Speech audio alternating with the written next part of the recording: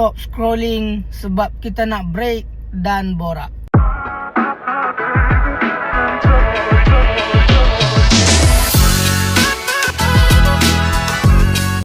Hai, Assalamualaikum. Ini break dan borak. Kita nak borak tentang isu berita palsu. Kita tengok kalau kata ada satu-satu berita palsu berkaitan dengan kerajaan Madani, dia punya tindakan tu cukup laju, cukup pantas.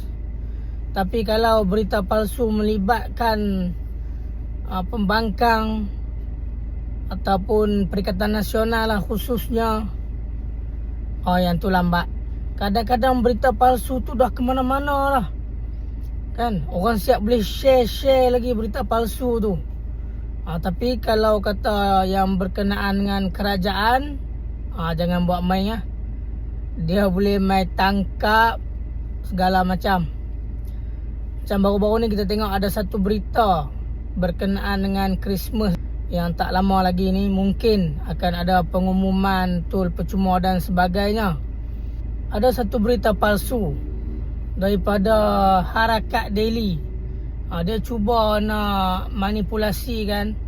Media PAS adalah Harakah Daily, tapi mereka pergi buat Harakat Daily.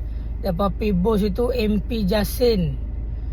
Seolah-olah macam MP Jasin ni mengeluarkan kenyataan bahawa jangan keluar lah waktu Christmas tu kalau kata dapat tol percuma, sebab boleh tergelincir akidah.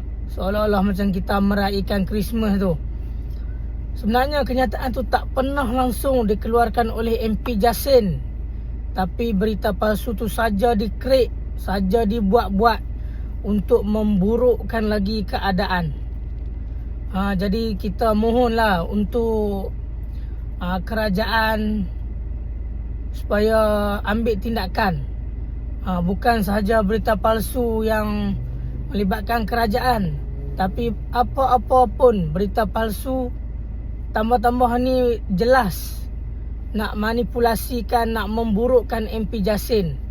Jadi kita minta Kementerian Multimedia supaya ambil tindakan juga kepada akaun-akaun yang cuba untuk menyebarkan berita-berita palsu.